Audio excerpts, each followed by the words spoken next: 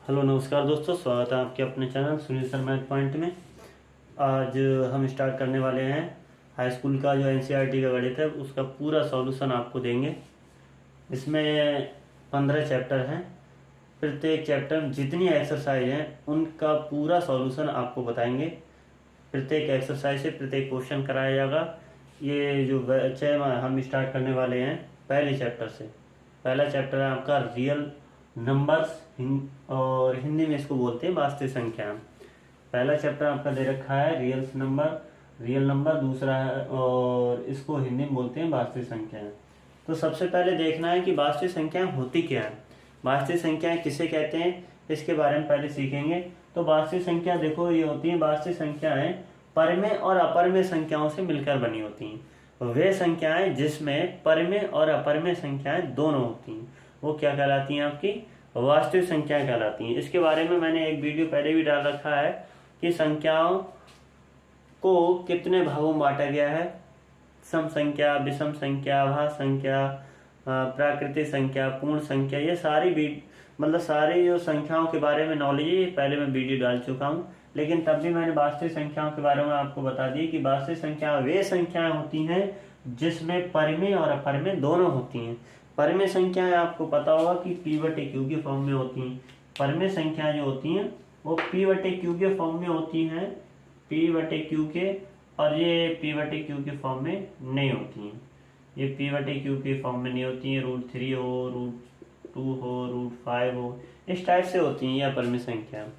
तो वास्तविक संख्याएं समझ में आ गया होगा। लेकिन वास्तविक संख्याओं में जो सबसे पहले स्टार्टिंग है आपकी लासा और मासा से स्टार्टिंग है। तो लासा और मासा के बारे में हमें पहले जनरल नॉलेज होनी चाहिए, मतलब जो बेसिक है वो आना चाहिए हमें। तो पहले इसके बारे में हम बेसिक नॉलेज बताएंगे, लासा और मासा के बारे में। एलसीएम किसे कहते हैं, एचसीएफ किसे कहते हैं, ये सारी चीजें सीखेंगे। इसके बाद करेंगे एक्सरसाइज।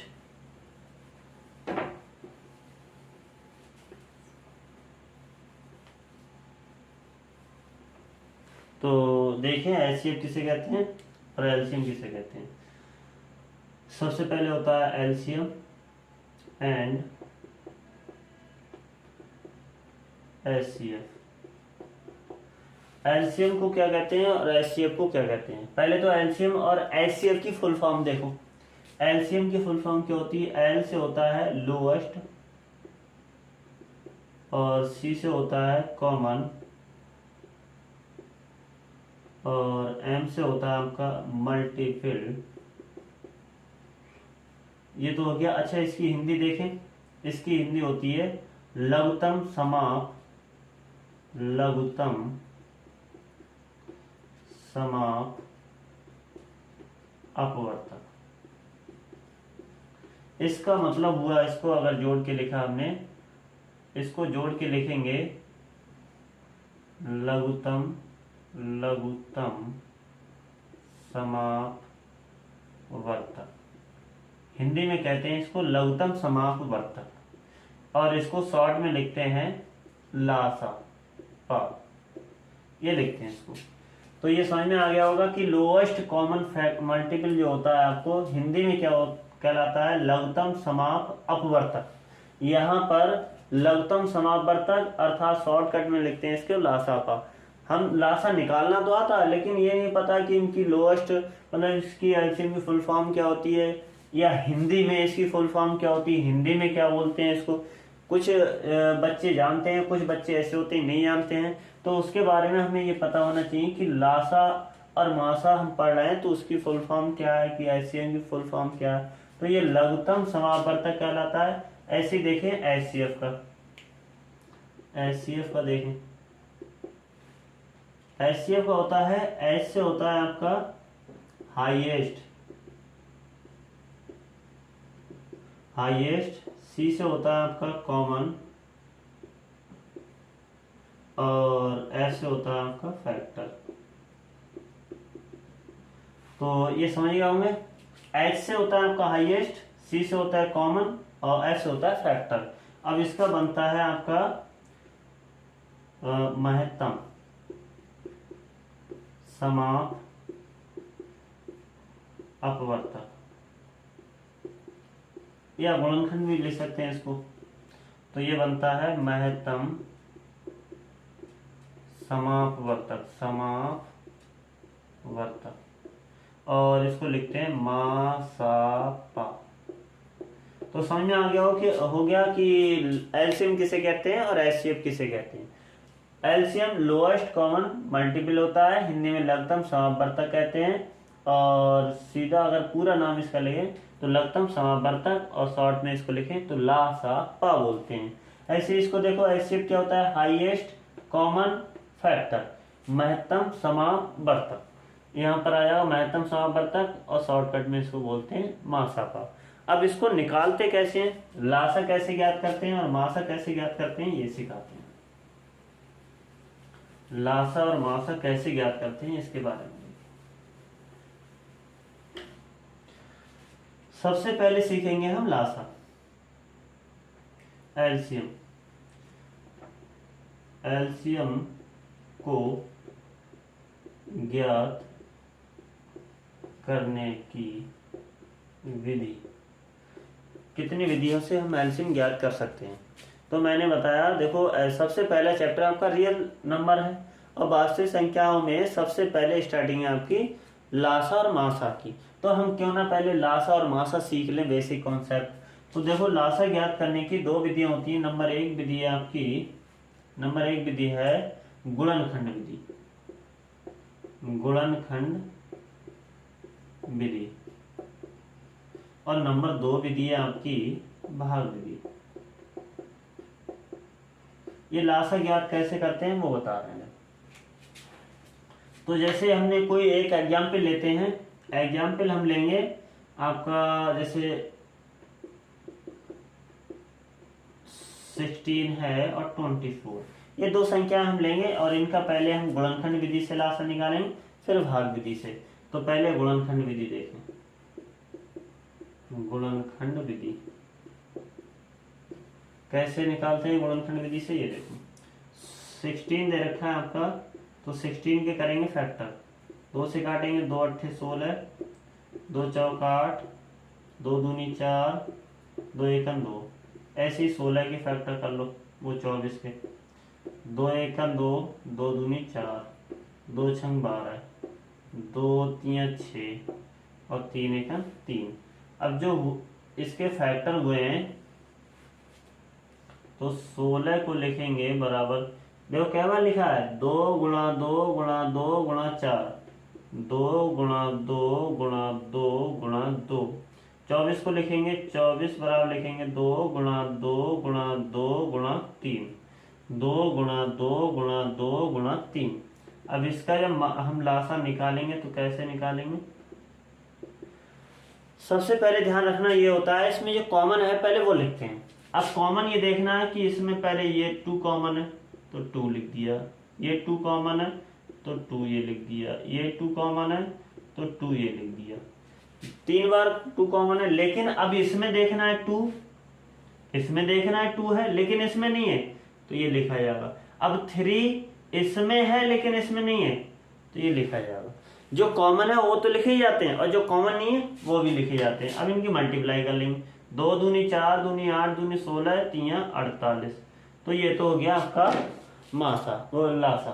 तो लासा कैसे ज्ञात करते हैं गुणनखंड विधि से, वो आपको हमने बता चुके हैं। अब इसका निकालेंगे कौन सी विधि से, भाग विधि से। इसका मासा कितना आया है, 48। अब भाग विधि से देखेंगे कि इसका लासा कितना आएगा।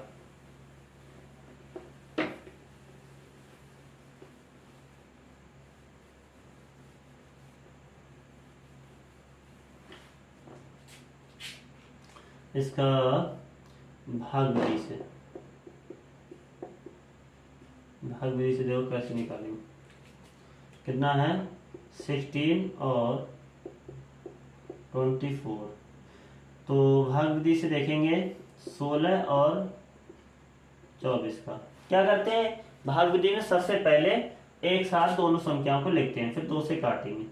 पहले 2 से काट के देखते हैं, 2 अट्ठे 16, 2 एकम 2, 2 दूनी 4, 2 से फिर काटेंगे, 2 चौक 8, 2 छंग 12, 2 दूनी 4, 2 तीन 6, 2 से काटेंगे, 2 एकम 2, ये नहीं कटेगा ऐसे लिख देंगे, 3 से काटेंगे, बस ये। अब क्या करेंगे, एलसीएम बराबर करके लिखेंगे, जितना ये आया है वो गुणा में लिख लेंगे। 2 गुणा 2 गुणा 2 गुणा 2 गुणा 3, देखो 4 बार है, 1 2 3 4 बार ये हो गया और 3।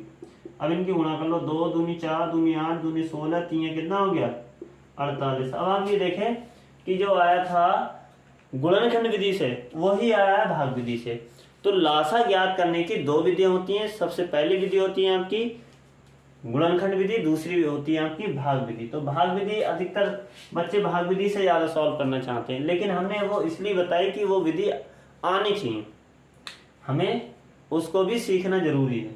क्योंकि अगर आपसे कोई पूछेगा कि गुणनखंड विधि कौन सी होती है, कैसे ज्ञात करते हैं, पता नहीं है, लासा निकाल लेते हैं हम भाग विधि से, लेकिन गुणनखंड विधि नहीं पता, तो उसके बारे में मैंने ये नॉलेज आपको दे दी कि गुणनखंड विधि से कैसे निकालेंगे और भाग विधि से कैसे निकालेंगे। अच्छा, मासा सीखेंगे। अब मासा कैसे ज्ञात करते हैं, मासा कैसे ज्ञात करते हैं वो सीखेंगे। देखो, अब तक हमने सीखा कि लासा कैसे ज्ञात करते हैं। अब दो संख्याओं का मासा एचसीएफ ज्ञात करने की विधि, ये भी दो विधियां होती हैं। नंबर फर्स्ट है गुणनखंड विधि, गुणनखंड विधि, और नंबर 2 है भाग विधि। दो कैसे ज्ञात करेंगे, हमने एक संख्या ले लें 18 और 24 ले लो, दो संख्या ले ली हमने एग्जाम्पल करके। दो संख्याएं हैं 18 और 24, ये संख्याओं का हम मासा निकालेंगे कौन सी विधि से, गुणनखंड विधि से। तो इनके भी गुणनखंड करेंगे। पहले इनके गुणनखंड कैसे करेंगे, वो देखो, 2 से काटेंगे 2 नेम 18, 3 से काटेंगे 3 3 9, 3 से फिर काटेंगे 3 एकम 3, फिर 24 के करेंगे। 2 से काटेंगे 2 एकम 2, 2 दूनी 4, 2 से काटेंगे 2 छंग 12, 2 से काटेंगे 2 3 6, 3 से काटेंगे 3 एकम 3, ये ऐसे ज्ञात करेंगे।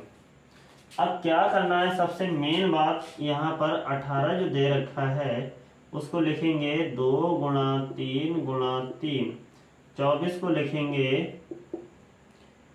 2 गुणा 2 गुणा 2 गुणा 3।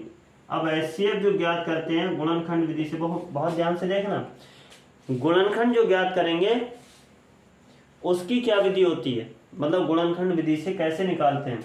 जो कॉमन है यहाँ पर, जो कॉमन है वो लिखा जाता है। अब देखो यहाँ पर 2 कॉमन इसमें है, 2 इसमें है, तो ये 2 लिखा जाएगा। देखो 3 है इसमें, 3 ये है और ये भी है, देखो एक 3 है। अब ये 3 कॉमन ले ली, 2 इसमें है लेकिन इसमें नहीं है, 2 इसमें है लेकिन इसमें नहीं, 3 इसमें है इसमें। अब देखो 3 एक बार 2 बार है लेकिन एक बार कॉमन है, तो एक ही बार लिखेंगे। तो इसका मतलब आप समझ गए होंगे कि मासा या एचसीएफ हम जो निकालते हैं वो दोनों में जो कॉमन है वो लिखा जाता है। तो 2 3 कितना हो गया 6। तो समझ में आ गया, जो दोनों में कॉमन हो वो आपका क्या कहलाता है, एचसीएफ। अब एक भाग विधि बता दें इसी की, जो इसका एचसीएफ आया, भाग विधि देखें। गुणनखंड विधि से और भाग विधि से दोनों से इसका मान बराबर आएगा। भाग विधि से देखो कैसे निकालते हैं, 18 से 24 के लिए क्या करेंगे, भाग करो भाग। 18 एकन 18, कितना बचा आपका, 14 में से 8 गया 6 बचेगा, यहाँ पर कितना 0। अब जो शेष बचा है, जो शेष बचता है वो दूसरे भाजक के लिए आपका क्या बन जाता है, भाजक बन जाता है। और जो यहाँ इससे भाग की है वो यहाँ आ जाता है। जो शेषफल बचता है वो मतलब डिवाइजर बन जाता है। डिवाइजर का मतलब भाजक, और जो यहाँ भाजक था जिससे भाग कर रहे थे वो भाज्य बन जाएगा। 6 3 कितना हो गया आपका 18। अब आप देखें लास्ट में जो भी आपका भाजक होगा वही आपका क्या कहलाता है, एचसीएफ कहलाता है। तो अब आप देखें गुणनखंड विधि से और भाग विधि से दोनों से मासा कैसा आ रहा है, बराबर आ रहा है, अर्थात एचसीएफ कैसा आ रहा है, बराबर। तो एचसीएफ और एलसीएफ ज्ञात करने की मैंने 2 विधियां, प्रत्येक की 2 विधि बता दी। कैसे ज्ञात करते हैं, ये फार्मूला है। तो एचसीएफ और एलसीएफ इसके बारे में चैप्टर में पढ़ेंगे पूरा विस्तार से। इसके कुछ फार्मूले हैं, वो फार्मूले मैं आपको लिखवा दूं।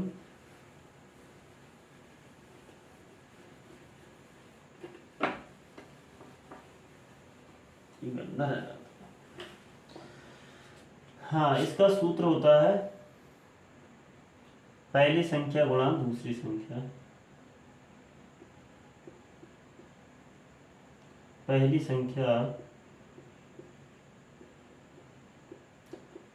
संख्या गुणा दूसरी संख्या बराबर लासा गुणा मासा। इसको डिनोट करेंगे तो देखो, पहली संख्या के लिए डिनोट करते हैं ए से, और दूसरी संख्या को डिनोट करते हैं बी से, और लासा को डिनोट करते हैं एलसीएम से, और मासा को डिनोट करते हैं एचसीएफ से। ये फार्मूला आपका बन चुका है कि a into B equal to होता है एलसीएम इंटू एचसीएफ। अब यहाँ से कई फार्मूले बनेंगे। यहाँ से पहली संख्या अगर a निकालना है हमें, तो LCM into HCF equal to हो जाएगा आपका v। मतलब पहली संख्या यदि निकालें तो दूसरी संख्या कहाँ जाएगी, बटे में। और यदि हम दूसरी संख्या निकालें, b का मान यदि हम निकालें, तो LCM into HCF equal to बटे में रहेगा आपका a। हमने पहली संख्या निकाली तो दूसरी संख्या बटे में, जब दूसरी संख्या निकालेंगे तो पहली संख्या बटे में। जब हम एलसीएम निकालेंगे तो ये एचसीएफ इसके बटे में आ जाएगा, अर्थात a इंटू बी, और बटे में आ जाएगा आपका एचसीएफ। अब हम एचसीएफ यदि निकालें तो क्या रहेगा, एचसीएफ यदि हम निकालें तो क्या आएगा, तो a इंटू बी रहेगा और बटे में रहेगा आपका एलसीएम। तो एक फार्मूले से आपके कितने फार्मूले बने, 1 2 3 4 5। केवल एक फार्मूला अगर आपको याद है तो बाकी 4 फार्मूले आप खुद ही लिख सकते हैं। तो ये है एलसीएम और एचसीएफ के बारे में कुछ नॉलेज थी, बेसिक कॉन्सेप्ट था, कैसे ज्ञात करते हैं वो मैं आपको बता चुका हूं। अब एक उदाहरण और लेते हैं, उसमें एलसीएम और एचसीएफ दोनों एक साथ निकालते हैं, कैसे वो देखें।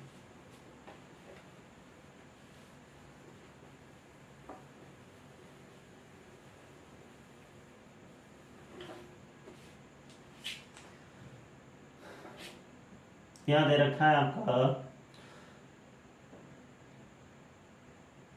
27 और 36। इसका एलसीएम और एचसीएफ दोनों निकालना है। हमें पूछा जाएगा कि एलसीएम और एचसीएफ दोनों निकालना है। एलसीएम एंड एचसीएफ दोनों निकालना है। कैसे निकालेंगे देखो, तो गुणनखंड विधि से निकाल लें। गुणनखंड विधि से देखो, 27 के फैक्टर करेंगे पहले, 3 से काटेंगे, 3 जम 27, 3 तियां 9 और 3 एकम 3। 36 के फैक्टर कर लो, 2 से काटेंगे पहले, 2 से काटेंगे, 2 एकम 2, 2 अट्ठे 16, फिर 2 नेम 18, 3 से काटेंगे, 3 तियां 9 और 3 एकम 3। अब इसको लिखेंगे क्या, गुणनखंड रूप में लिखेंगे। 27 को लिखेंगे 3 गुणा 3 गुणा 3, और 36 को लिखेंगे 2 गुणा 2 गुणा 3 गुणा 3। अब इसका निकालना सबसे पहले एचसीएफ। एचसीएफ निकाल लो। एचसीएफ मैंने बताया था कि 2 संख्याएं हैं तो उनमें जो कॉमन है वही आपका एचसीएफ है। तो इधर से देख लो, एक ही संख्या दे रखी है, एक इधर से देख लो, एक ही दे रखा है। अब यही 2 कॉमन है तो यहाँ 3 आएगा, इन दोनों में से एक आएगा और इन दोनों में से एक आएगा। अब जो कॉमन नहीं है, 2 तो इसमें है लेकिन इसमें नहीं, तो 2 इसमें भी आएगा। 2 इसमें है लेकिन इसमें नहीं है, तो इसमें भी आएगा। 3 इसमें है लेकिन इसमें नहीं है, तो भी आएगा। सॉरी, ये नहीं, ये एचसीएफ निकालना है अभी। एचसीएफ में केवल इतना ही रहेगा, जाएगा 9। एलसीएम निकालेंगे तो आएगा, एलसीएम निकालेंगे तो आएगा आपका, देखो ध्यान से देखें, जो कॉमन है वो तो लिखा ही जाएगा, 3 इंटू 3 ये तो लिखा ही जाएगा, लेकिन जो कॉमन नहीं है वो भी लिखा जाएगा। कितना, 2 गुणा 2 गुणा 3, 3 3 9 दूनी 18 दूनी 36, 36 3 कितना होता है 108, 36 3 108। देखें 3 6 18, 3 3 9 और 1 10, 36 3 108। तो दोनों संख्याओं का एक साथ लासा और मासा हम निकाल सकते हैं। एलसीएम वह होता है जो दोनों में कॉमन हो, और एलसीएम वह होता है जो कॉमन भी हो और जो कॉमन नहीं बचता है, जो शेष बचता है वो भी लिखा जाता है। मतलब लासा में सब कुछ लिखा जाता है, मासा में केवल कॉमन संख्याएं लिखी जाती हैं। तो ये बेसिक कॉन्सेप्ट था आपका एलसीएम और एचसीएफ का। इसके बाद कल की वीडियो से स्टार्ट करते हैं। आपको जो एक्सरसाइज है 1.1 यूक्लिड विभाजन प्रमेय का द्वारा एचसीएफ कैसे निकालते हैं वो सारी चीजें मैं बताऊंगा। एक फार्मूला है, वो फार्मूला आप नोट मतलब समझ लें, फिर मिलते हैं अगले वीडियो में। एक फार्मूला है, ये फार्मूला आपको याद करना है। भाज्य बराबर होता है भाजक गुणा भागफल प्लस शेषफल। यूक्लिड विभाजन प्रमेय का द्वारा अगर इसको डिनोट करा जाए तो ये होता है आपका a बराबर बी क्यू प्लस का आर। इसके बारे में आपको पूरा कल विस्तार से बताएंगे कि ये यूक्लिड विभाजन प्रमेय का क्या होती है। इसके बारे में पूरी नॉलेज कल आपको बताएंगे अगली वीडियो में। कल से यहाँ मतलब ये जो पहली एक्सरसाइज है इसके सारे क्वेश्चन आपको बताए जाएंगे, क्योंकि इसका मैं पूरा जो सिलेबस है रियल नंबर वो पूरा कंप्लीट कराऊंगा। हाई स्कूल का जितना भी गणित का पोर्शन है वो पूरा आपका इस सभी जो चैप्टर हैं एक्सरसाइज हैं इतने क्वेश्चन है 1 बाय 1 क्वेश्चन कराए जाएंगे। तो आप चैनल को सब्सक्राइब करें और वीडियो को मतलब लाइक करें। ठीक, मिलते हैं अगले वीडियो में, जब तक कि जय हिंद।